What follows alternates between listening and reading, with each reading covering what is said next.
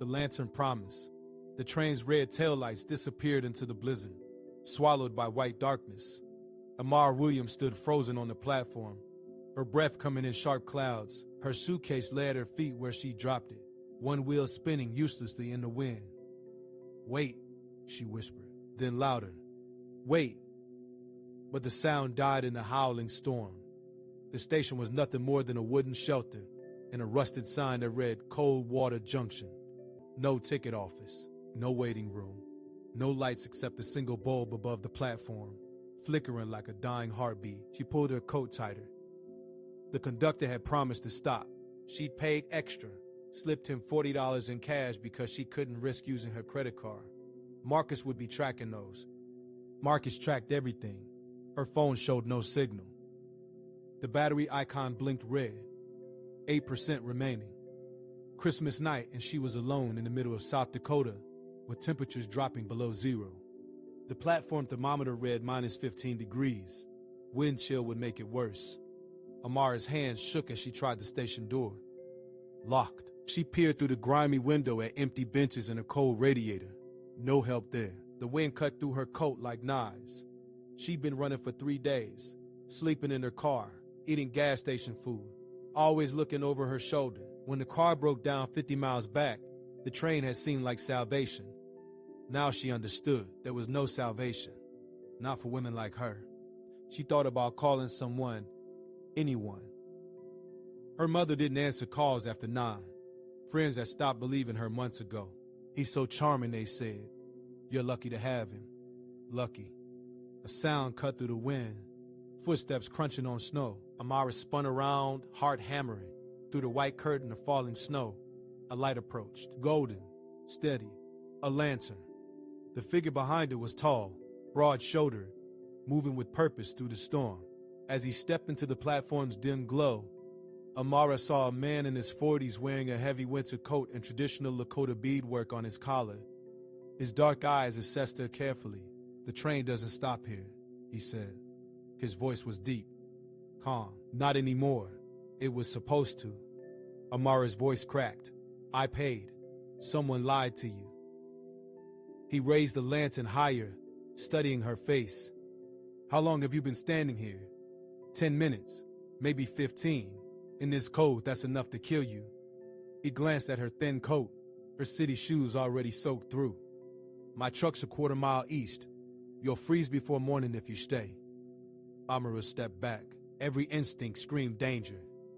Strange man, middle of nowhere, no witnesses. But the alternative was freezing to death on a platform where trains no longer stopped. The man seemed to read her hesitation. He set the lantern down between them and raised both hands. "My name is Joseph Brightwater. I'm chief of the Lakota community, 5 miles from here. I saw the train pass without stopping and knew someone might be in trouble." He lowered his hands slowly. "I'm not going to hurt you, but I'm also not going to watch you die out here on Christmas night." The lantern flame danced between them, casting long shadows across the snow. Amara looked into his eyes and made a choice that would change everything. "Okay," she whispered. "Okay." Joseph picked up her suitcase before she could protest. He handed her the lantern instead. "Hold this. Keep it close to your body. The heat will help." He nodded toward the darkness. "Stay directly behind me. The path isn't marked, and you can't see the drop-offs in this storm." Amara gripped the lantern's handle with numb fingers. The metal was warm, almost hot. She fell into step behind Joseph's broad back as they left the platform and entered the full fury of the blizzard. The wind screamed. Snow pelted her face like needles. Within 30 seconds, she couldn't see the station behind them. The world became nothing but white chaos and Joseph's dark silhouette ahead. "What's your name?" he called over his shoulder. "Amara." "Where were you heading?" "Seattle. My aunt lives there." The lie came automatically. She told it so many times in the past 3 days that it almost felt true. Joseph didn't respond for several steps. When he spoke again, "She died 7 years ago tonight." Amara stumbled. Joseph caught her elbow without turning around, steadying her with practiced ease. "I'm sorry," she managed. She was 16. Pneumonia took her fast. By the time we got her to the hospital in Rapid City, it was too late. He guided her around what felt like a boulder buried in snow. Every Christmas since, I drive out to the station. It's where I last saw her healthy and laughing. She loved watching the trains. The confession hung between them, raw and unexpected. Amara didn't know what to say. She thought of her own losses, smaller but still sharp. The life she'd built in Chicago, the career she'd abandoned, the person she'd been before Marcus. "Why do you come here?" she asked. "To remember, to grieve, to make sure nobody else is left alone in the cold." Joseph paused. Through the snow, she saw the dark shape of a truck. "Tonight, that somebody was you." He opened the passenger door and helped her inside. The cab was warm, the engine still running. Amara sank into the seat, shaking violently as feeling returned to her extremities. Joseph placed her suitcase in the truck bed and climbed into the driver's seat. There's a thermos of coffee in the glove box. Real coffee, not gas station water. Amara's hand shook too badly to open it. Joseph did it for her, pouring the steaming liquid into the thermos cap. She wrapped both hands around it and drank. The heat spread through her chest like fire. "Thank you," she whispered. Joseph put the truck in gear.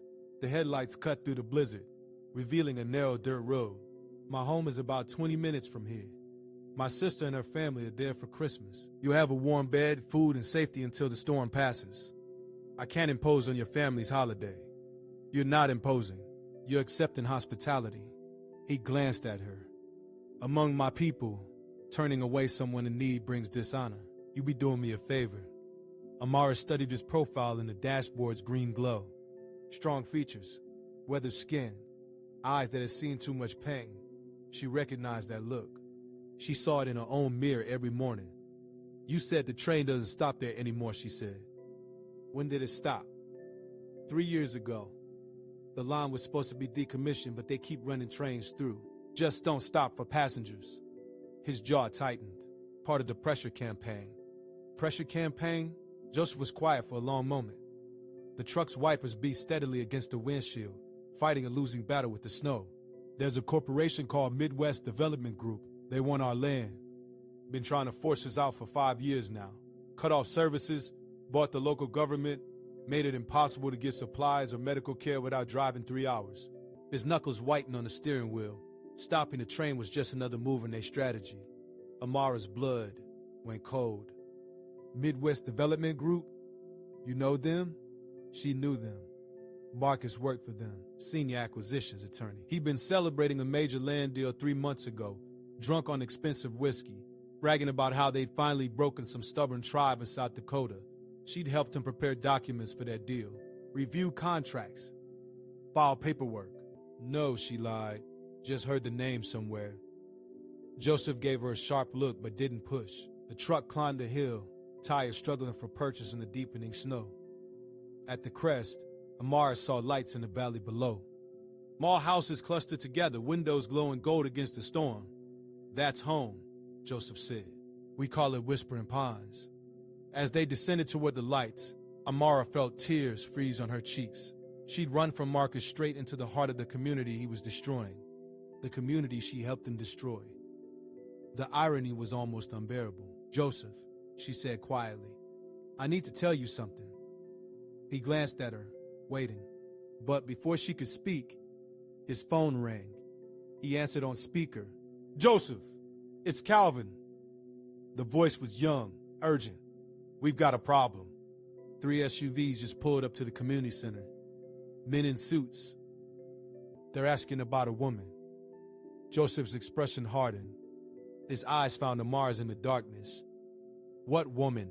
he asked, though his tone said he already knew.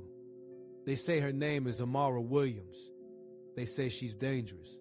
They say she stole something valuable, and they're here to take her home." Joseph pulled the truck onto a side road and killed the headlights. Darkness swallowed them. The engine idled softly as he stared straight ahead, his jaw working. "Is it true?" he asked. Amara's throat tightened. "I didn't steal anything. That's not what I asked." She closed her eyes. "The men who are looking for me work for Midwest Development Group. My ex-boyfriend is one of them. Marcus Kane, senior acquisitions attorney. The temperature in the truck seemed to drop 20 degrees. You're with them." Joseph's voice was flat, emotionless. Somehow that was worse than anger. "I was." Past tense. Amara forced herself to meet his eyes. I worked as a contract lawyer in Chicago. Marcus hired me for document review. I didn't know what the projects were really about until it was too late. When I found out, when I tried to leave, her voice broke. He made it clear that leaving wasn't an option. Joseph's expression didn't change. So you ran. 3 days ago, I took nothing but my clothes and my laptop. No files, no documents, nothing that belongs to them. She pulled up her sleeve, revealing the bruises that ringed her wrists like dark bracelets. Marcus doesn't handle rejection well. Joseph studied the bruises for a long moment. When he spoke again, his voice was softened. Calvin, I need you to stall them. Be polite but firm. Tell them you'll contact the tribal police and get back to them. Don't let them search anything. They're threatening legal action if we don't cooperate. Let them threaten. We know our rights. Joseph's eyes never left Amara's face. I'll be there in 10 minutes. He ended the call and sat in silence. The storm hammered the truck's roof like drum beats. I'm sorry, Amara whispered. I should have told you immediately. I should have. Yes, you should have. Joseph put the truck in gear but didn't turn on the lights. But sorry doesn't change what happens next. Those men will tear apart my community looking for you. They'll use us as an excuse to cause trouble. Maybe plant evidence of violations they can report to the Bureau of Indian Affairs. I'll turn myself in. I'll go with them. And then what? You think they'll just let you walk away after everything you know? Amara had thought about that during 3 sleepless nights in her car. Marcus didn't forgive. Marcus didn't forget. If she went back, she'd disappear. An accident. A suicide. A tragic outcome for an unstable woman who'd stolen from her employers. I don't know, she admitted. Joseph drove slowly down the dark road, navigating from memory. When my daughter died, I made a promise. I promised her spirit that I would protect our people, our land, our way of life, that I wouldn't let corporations and lawyers destroy what generations built. He glanced at her. You a lawyer working for the corporation trying to destroy us. Give me one reason why I should protect you. The question hit like a physical blow. Amara had no good answer. She was exactly what he said, part of the machine grinding his people in the dust. But then she thought of the apartment she shared with Marcus, the home office he'd forbidden her to enter, the locked filing cabinet he thought she didn't know about. Because I can help you fight them, she said quietly. Marcus keeps files at his apartment in Chicago. Paper files, not digital. Documents that prove Midwest development uses illegal tactics, bribes, threats, falsified environmental reports. He was always paranoid about electronic trails, so he kept hard copies of everything. Joseph's hands tightened on the wheel.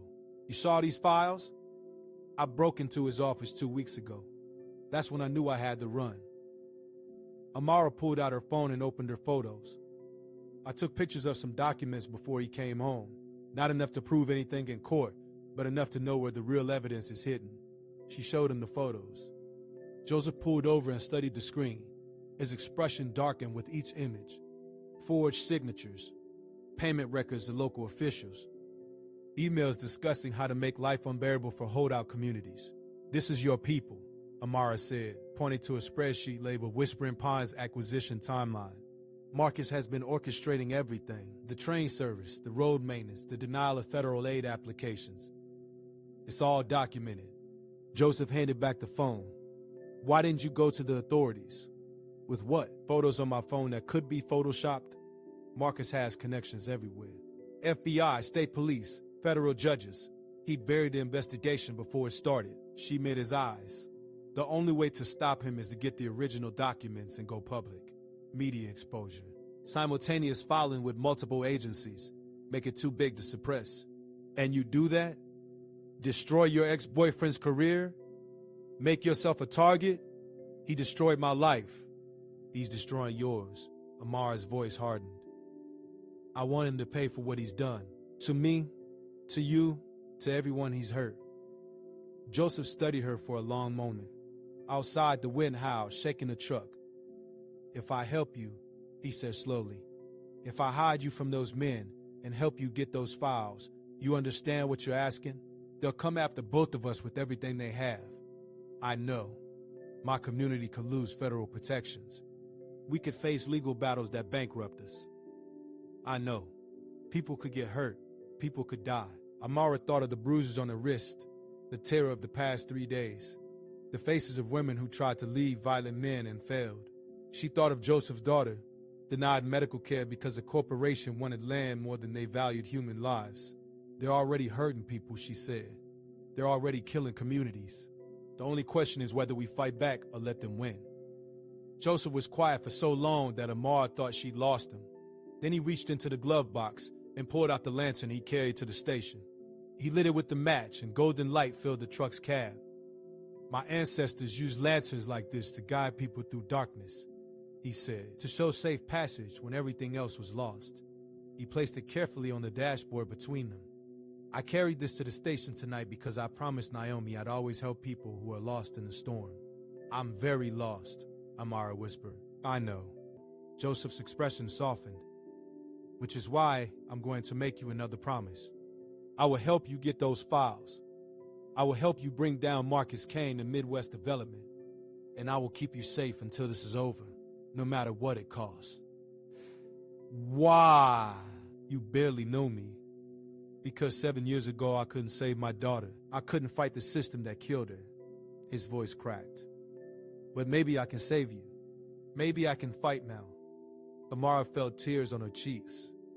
Thank you. Don't thank me yet. Joseph turned the truck toward the community lights.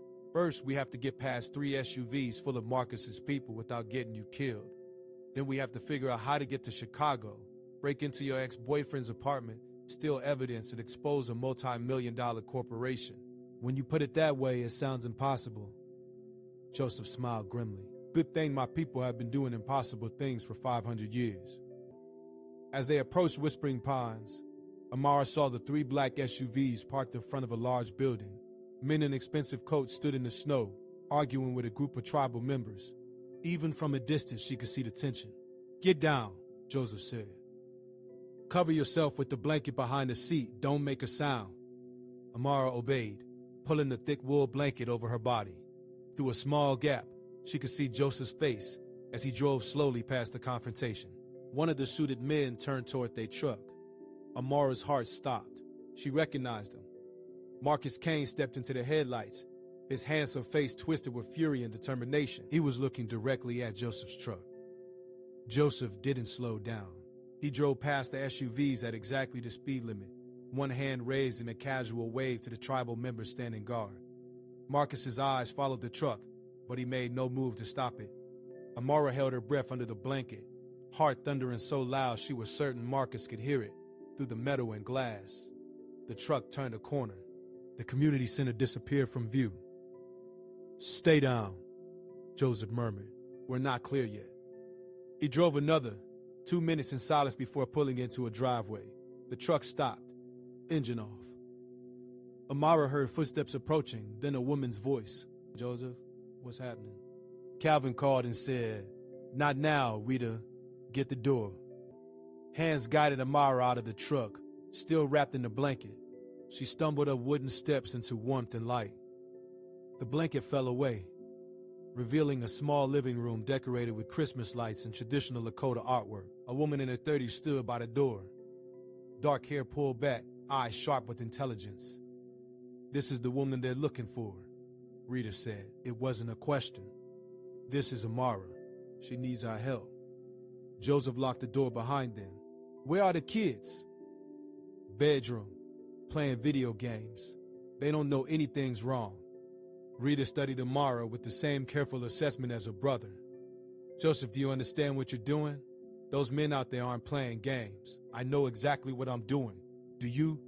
Because I just watched you drive past Marcus Kane with the fugitive hidden in your truck. Rita's voice rose.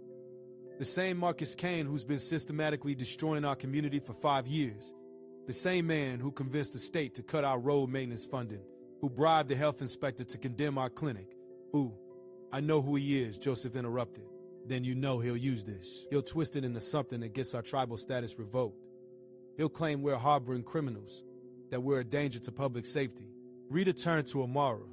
No offense, but you just handed him exactly what he needs to finish us off. Amara felt sick. I should go. I should turn myself in before... You're not going anywhere. Joseph's voice was still. Rita, she has information. Evidence that can destroy Midwest development and everyone working for them. Evidence of what? Amara pulled out her phone and showed Rita the photos. The other woman's expression shifted from anger to shock to cold fury as she scrolled through the images. This is all real, Rita whispered. The bribes, the fraud, the falsified reports. It's real. And there's more at Marcus's apartment in Chicago. Original documents that prove everything. Rita looked at Joseph. You're thinking of going after them. We don't have a choice. There's always a choice. We could take what she has now, give it to the media. Photos can be dismissed as fake. We need the originals. Joseph moved to the window and peered through the curtains. Marcus is smart. He won't make a move tonight without cause. But by morning, he'll have a warrant or an excuse to search every house in Whispering Pines. So what's your plan? Joseph was quiet for a moment. When he spoke, his voice was measured, careful. Calvin and the others can stall Marcus tonight. Tell him we're checking with tribal police, that we need proper legal procedure. That buys us maybe 12 hours. He turned to Amara. How long to get to Chicago? 10 hours if we drive straight through. Assuming the roads are clear after the blizzard. They won't be, so 12 hours minimum. Joseph's mind was working, calculating. Even if we leave now, Marcus will know something's wrong when I don't show up to the morning meeting. He'll send people after us. Rita crossed her arms. You're forgetting something. Marcus came here personally. That means he wants Amara badly enough to leave Chicago in the middle of Christmas. What do you think he'll do when he realizes you've taken her? The question hung in the air. Amara knew the answer. Marcus would come with everything he had. Police, federal agents, private security. He'd paint Joseph as a kidnapper, her as a victim who needed rescuing. By the time the truth came out, it would be too late. He'll destroy you, Amara said quietly. Both of you, your entire community, all to get to me. Then we don't give him the chance. Joseph's expression hardened. Rita, I need you to do something dangerous. His sister raised an eyebrow. More dangerous than what you're already planning. I need you to talk to Marcus tonight. Tell him you have information about where Amara might have gone. You want me to lie to Marcus Kane. I want you to buy us time. Tell him you saw a woman matching her description, getting on a bus heading east 3 hours ago. You weren't sure it was her, but you thought he should know. Make him think she's running for the Canadian border. Rita considered this. He won't believe me. He will if you tell him the right way. Hesitant, unsure, like you're conflicted about betraying someone who might be innocent. Joseph's eyes met his sister's. You're good at reading people. Make him see what he wants to see.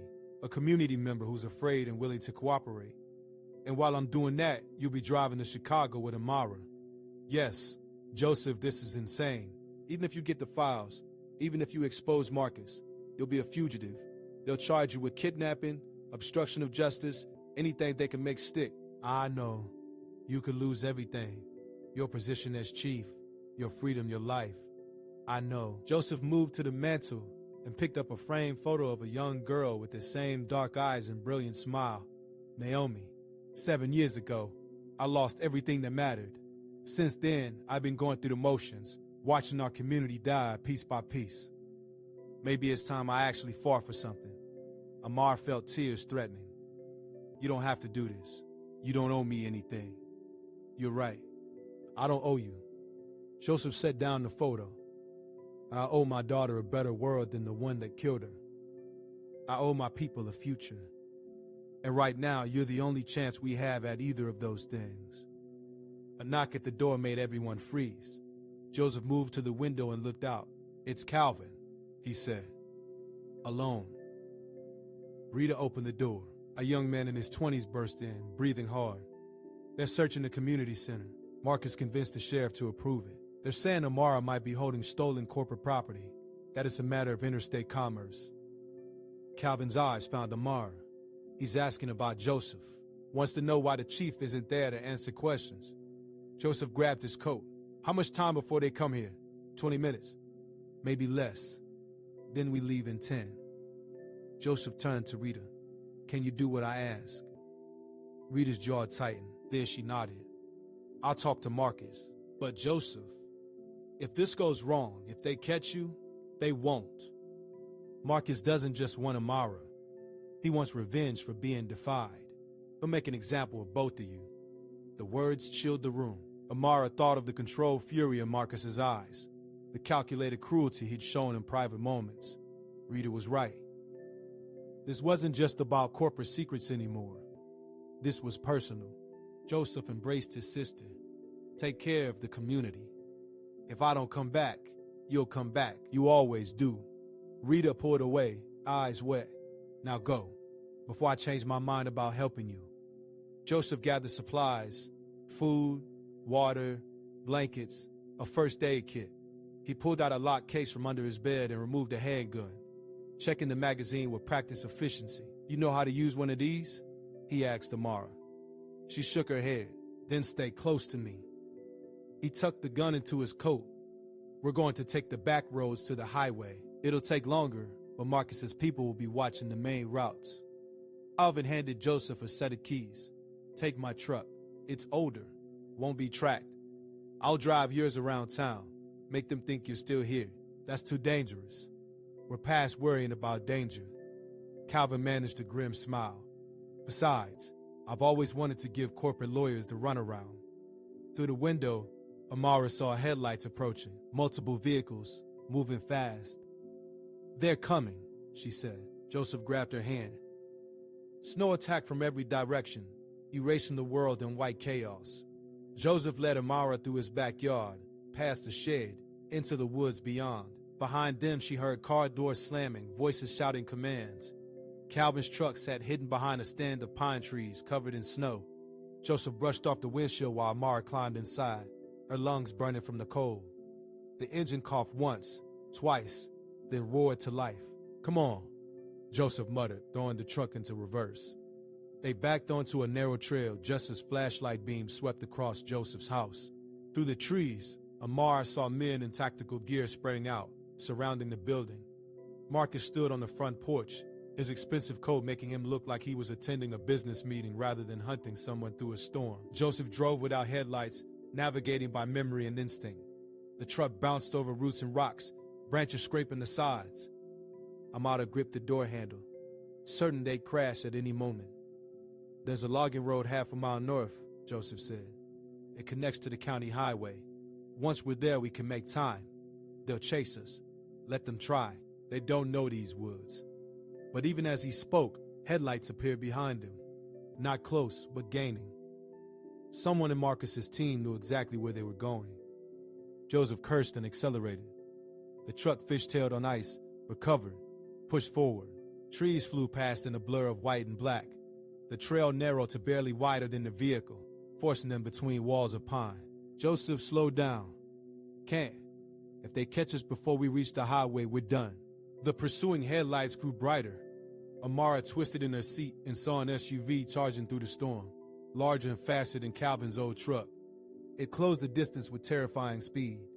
Then she saw Marcus in the passenger seat, phone to his ear, gesturing to the driver. He's calling someone, she said, setting up a roadblock or the SUV's engine roared. It surged forward and rammed them from behind. The truck lurched violently. Amara's head snapped forward, then back. Joseph fought the wheel, keeping them on the trail by pure will. The SUV pulled back and rammed them again, harder this time. He's trying to disable us, Joseph said through gritted teeth. Or kill us. That too. The logging road appeared ahead, wider and clearer. Joseph took the turn at dangerous speed, tires screaming. For a moment, Amara thought they'd made it. Then the SUV cut across the turn, trying to block them. Joseph didn't brake. He accelerated straight at the larger vehicle. Joseph, no. At the last second, he jerked the wheel right. The truck's passenger side scraped against the SUV with a shriek of metal on metal. They broke through, bouncing onto the logging road, leaving the SUV spinning in their wake. But there were more headlights ahead, 2 more vehicles coming from the opposite direction, pinning them in. Joseph slammed the brakes. The truck skidded to a stop, engine still running. They were trapped, SUVs behind and ahead, forest too thick on either side to escape. Get out, Joseph said quietly, hands where they can see them. Joseph, now Amara, before someone gets nervous and starts shooting. They stepped out into the storm. Marcus's SUV rode up behind them, its damaged front end steaming in the cold. The doors opened. Marcus emerged, flanked by 4 men in private security uniforms, all of them armed. Marcus looked different than Amara remembered. Harder. His handsome features were tight with barely controlled rage, his expensive suit dusted with snow. When he saw her, something dark flickered in his eyes. Daba Amara. His voice was calm, conversational. You've caused me a lot of trouble. Good, she said. He smiled without warmth. Still defiant. I always admired that about you. Right up until you decided to betray me. I didn't betray you. I left you. There's a difference. You stole confidential information. You violated your non-disclosure agreement. You committed corporate espionage. Marcus stepped closer, ignoring Joseph completely. But I'm willing to overlook all of that if you come back with me right now. We can fix this, Amara. We can fix us. The words were so absurd that Amara almost laughed. There is no us, Marcus. There never was. Just you controlling me until I finally woke up. His expression darkened. I gave you everything. A career, a home, a life. And you threw it away based on some misguided moral crusade. You mean I refused to help you destroy innocent people? Innocent? Marcus gestured at Joseph. These people are squatting on land they have no legal right to. They're obstacles to progress, to development, to economic growth. They're human beings, Joseph said quietly. It was the first time he'd spoken. They're families. Children, elders, not obstacles. Marcus finally looked at him. Joseph Brightwater, Tribal Chief. Your file makes interesting reading. Decorated Marine, 2 tours in Afghanistan. Lost your daughter to preventable illness. His smile was cruel. You know what's really sad? If your people had accepted our initial offer 5 years ago, we'd have built a new clinic. Your daughter might still be alive. Joseph moved so fast that Amara barely saw it. One moment he was standing still. The next, his fist connected with Marcus's jaw. The lawyer staggered back, blood on his lip. The security guards drew their weapons. Stand down. Marcus wiped his mouth, eyes blazing. I want him arrested for assault. I want him charged with kidnapping, harboring a fugitive, and anything else we can make stick. I didn't kidnap anyone, Joseph said. Amara came with me willingly. Did she? Or did you coerce a vulnerable woman fleeing domestic violence? Did you fill her head with lies about me while isolating her from help? Marcus's voice took on a sympathetic tone, performing for the guards. We know about the abuse tactics, Chief Brightwater. We know how men like you operate. The accusation was so perfectly twisted that Amara felt sick.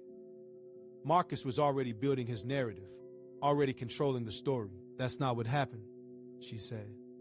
Isn't it? Then why are you here in the middle of a blizzard, instead of safely on your way to Seattle? Why did he hide you from our people? Marcus moved closer to Amara, his voice dropping to that intimate tone he used to use in their apartment. I'm worried about you, sweetheart. You're not thinking clearly. Let me take you somewhere warm, somewhere safe. We can talk about everything you think I did. I'll explain. He reached for her hand. Amara jerked back. Don't touch me. Amara, please. I said don't touch me. Her voice cracked. You put your hands on me for the last time 3 days ago, Marcus. You don't get to pretend you care now. Something shifted in Marcus's expression. The mask of concern fell away, revealing cold calculation underneath. I tried to do this the easy way. He nodded to his guards. Take her. If the chief interferes, subdue him. Non-lethal force only. I want him alive to face charges. The guards moved forward. Joseph stepped in front of Amara, his hand moving toward the gun in his coat. Don't, Marcus said. You draw that weapon. My men will put you down. Self-defense. Clean shoe. Your family will bury you and Amara will still come with me. Joseph's hand stopped. Amara saw the calculation in his eyes, the desperate search for an option that didn't end with someone dead. There wasn't one. Then through the storm, new headlights appeared, not from ahead or behind, but from a side trail Amara hadn't noticed. A convoy of trucks and cars, at least a dozen vehicles, rolling to a stop around them. Doors open. People emerged.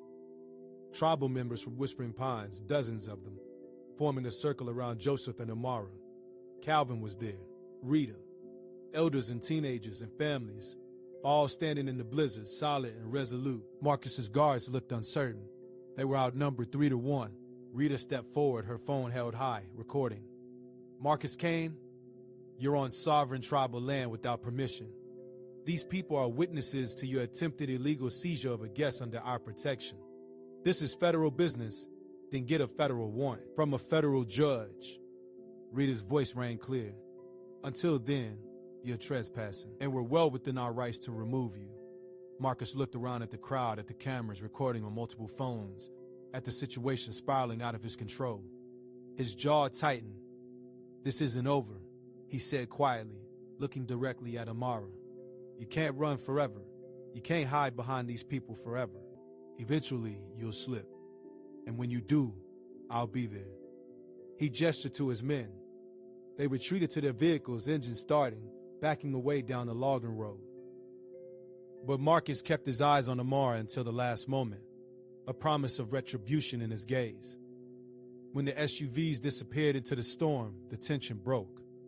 People rushed forward, checking on Joseph and Amara, offering blankets and hot coffee from thermoses. Rita pulled her brother aside. You have maybe 6 hours before he gets a warrant, maybe less. I know. Then you need to leave now. Get those files and get them public before Marcus buries this whole thing. Joseph looked at the assembled community, at the people who'd risked themselves to save him. If this goes wrong, we'll handle it. We've been handling Marcus Kane for 5 years. We can handle 6 more hours. Rita gripped his shoulder. Go in this, Joseph. For Naomi. For all of us. Amara felt the weight of every eye on her. These people didn't know her. They had every reason to hate her, but they stood between her and Marcus anyway. Why? She asked Rita. Why risk everything for me? Rita's expression softened. Because Joseph believes in you, and we believe in Joseph. She handed Amara a thermos. Besides, anyone Marcus Kane hates that much must be doing something right. Joseph climbed back into the truck. Amara followed, her hands shaking from adrenaline and cold. As they pulled away, she watched the community members wave, their faces illuminated by headlights and phone screens. We have to make this count, she said. They're risking everything for us. I know. Joseph's voice was heavy, which is why we don't fail. The truck merged onto the county highway, pointed east toward Chicago, toward Marcus's apartment, toward the files that could change everything, toward a confrontation that only one of them would walk away from. They drove through the night and into dawn. The blizzard gave way to clear skies as they crossed into Illinois, the winter sun rising over frozen fields. Joseph drove in shifts, letting Amara take the wheel when exhaustion threatened to put them in a ditch. They didn't talk much. There was nothing left to say. Chicago appeared on the horizon at 8 in the morning. The city sparkled with ice, Christmas decorations still hanging in windows. Normal people living normal lives, unaware that 2 fugitives were racing against time to prevent their own destruction. Amara directed Joseph through familiar streets to Marcus's apartment building in Lincoln Park. Luxury high-rise. Doorman. Security cameras everywhere. The kind of place where questions got asked and faces got remembered. We can't just walk in, Joseph said, studying the building from across the street. We won't have to. Amara pulled out her phone and made a call. It rang 4 times before a sleepy voice answered. Hello? Keisha, it's Amara. While I need a favor. Silence. Then, girl, where have you been? Marcus has been calling everyone saying you had some kind of breakdown. I didn't have a breakdown. I left him, and I need to get into his apartment one more time. Are you insane? He's got people watching his place. He told me if I heard from you, I should call them immediately. Are you going to? Keisha was quiet for a long moment. You remember that night at the bar? 6 months ago, when I told you Marcus gave me a bad feeling? I remember. You didn't believe me. You said I was being paranoid. Keisha's voice hardened. But I saw how he looked at you when you weren't watching, like you were property. So no, I'm not calling him. What do you need?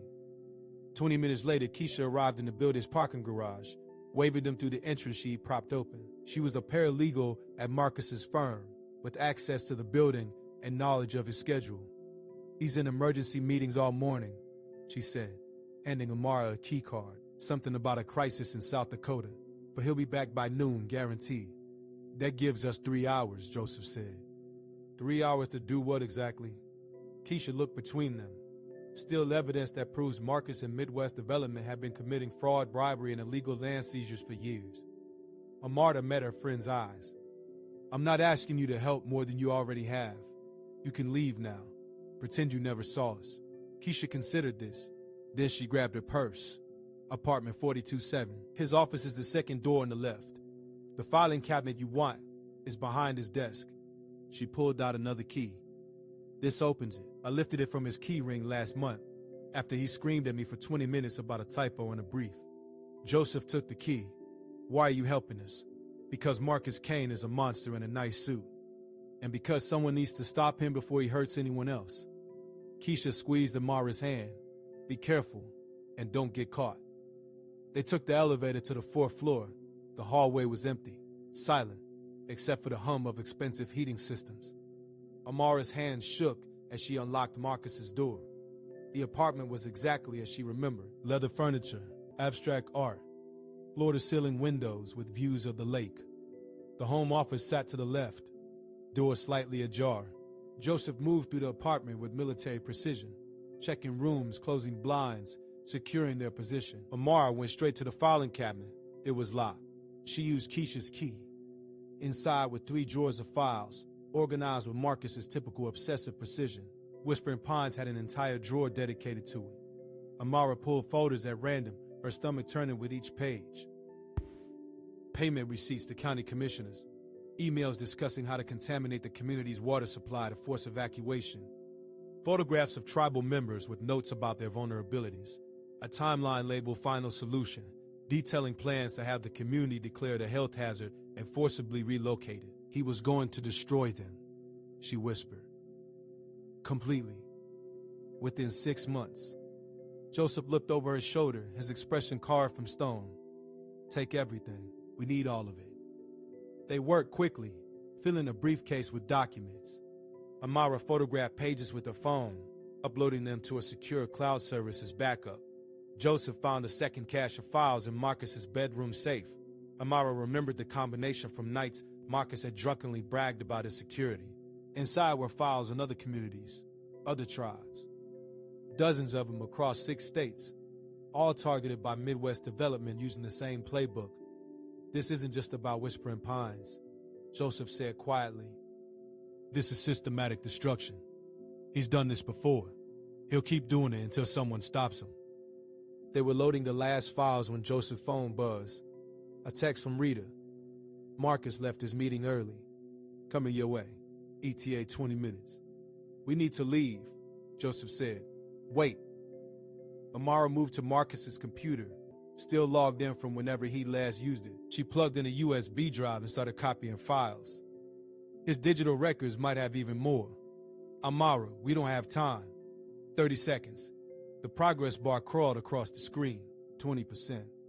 40%. Amara's hands were slick with sweat. The apartment door opened. Marcus stood in the doorway, phone in hand, expression unreadable. Behind him were 2 security guards, both armed. I knew you'd come back, he said quietly. You always were predictable. Joseph moved in front of Amara, hand on his gun. Don't what? Stop you from stealing my property? From committing felony burglary? Marcus stepped inside, casual, confident. You're done, both of you. I have you on camera. I have witnesses. I have everything I need to bury you both. The computer beeped. Download complete. Amara pulled the USB drive and held it up. And I have everything I need to bury you. Marcus's expression finally cracked. You don't understand what you're doing. Those files are protected by attorney-client privilege. They'll never be admissible in court. I'm not going to court. Amara pulled out her phone. On the screen was a live video feed, her uploading to social media, to news outlets, to every journalist and activist group she could find. I'm going public. Right now. You can't. I already did. While you were standing there gloating, she held up the phone. 3 major news organizations, 4 tribal advocacy groups. Feels. The files are out, Marcus. It's over. For the first time, she saw fear in his eyes. Real, genuine fear. He lunged for her phone. Joseph intercepted him, slamming Marcus against the wall. The security guards drew weapons, but Joseph already had his gun pressed under Marcus's jaw. Tell him to stand down, Joseph said quietly, or this ends badly for everyone. Marcus's face was white. Do it. Lower your weapons. The guards hesitated, then obeyed. Good. Joseph released Marcus but kept the gun trained on him. Now you're going to let us walk out of here. You're going to tell your people to stand down, and you're going to wait for the federal investigators who are going to tear apart everything you've built. You think this changes anything? Marcus's voice shook with rage. You think exposing me stops Midwest development? I'm one lawyer. There are dozens more like me. Maybe, Amara said, but they'll think twice before using your playbook, and the communities you destroy will have justice. She moved toward the door, Joseph covering their retreat. Oh, and Marcus, we're done. Forever. If you come near me, if you contact me, if you even think about me, I'll file every restraining order and harassment charge available. Am I clear? Marcus didn't answer. He just stared at her with cold hatred. They made it to the parking garage, to the truck, to the street before Amara started shaking.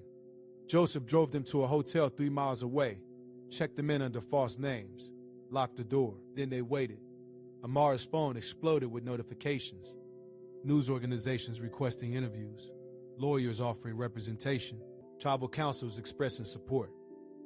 Within 2 hours, the story was everywhere. Major newspapers, television networks, social media platforms. Marcus Kane's name became synonymous with corruption. By evening, federal investigators had raided Midwest Development's headquarters. Marcus was arrested on multiple charges. The company's stock price collapsed. Congressional hearings were announced. Rita called. Joseph. It worked. The Bureau of Indian Affairs is reviewing our land rights. 3 senators are demanding investigations. We won. Joseph closed his eyes. Naomi, he whispered. We did it. Amara watched him through tears. This man who'd found her freezing on a platform, who'd risked everything for a stranger, who'd kept his promise even when it seemed impossible. Thank you, she said quietly. Joseph looked at her, and for the first time since they met, she saw him smile. Really smile. You did this. You were brave enough to fight back. We did this. Together. Outside the hotel window, snow began to fall. Soft, gentle, nothing like the blizzard that had brought them together. Amara thought about the lantern Joseph had carried that Christmas night, the light that had saved her life. Sometimes salvation came in unexpected forms. Sometimes it came from strangers who became family. Joseph's phone rang. He answered, listened, then handed it to Amara. It's for you. She took the phone. Hello? Miss Williams, this is Agent Morrison with the FBI. We'd like to discuss protective custody and your testimony against Midwest Development Group. We believe with your help we can dismantle their entire operation. Amara looked at Joseph. He nodded. I'll testify, she said. I'll tell you everything. When the call ended, Joseph pulled out the old lantern he carried from the truck. He lit it, and golden light filled the hotel room. My ancestors believed lanterns guide people home, he said. I think you finally found yours. Amara thought about that. Home wasn't Chicago anymore. Wasn't Marcus's apartment or her old life. Home was wherever she chose to build it, wherever she found people worth fighting for. Or maybe I'm still finding my way. Then I'll keep the light burning until you do. It was a promise. Like the one he'd made on Christmas night. Like the one she was making now to herself. To never stop fighting. Never stop standing up. Never let fear win again. Outside, the city sparkled with possibility. The story was far from over. There would be trials, testimony, challenges ahead. But for now, on this winter night, 2 people who'd been lost in different storms had found their way to safety. Together, thin,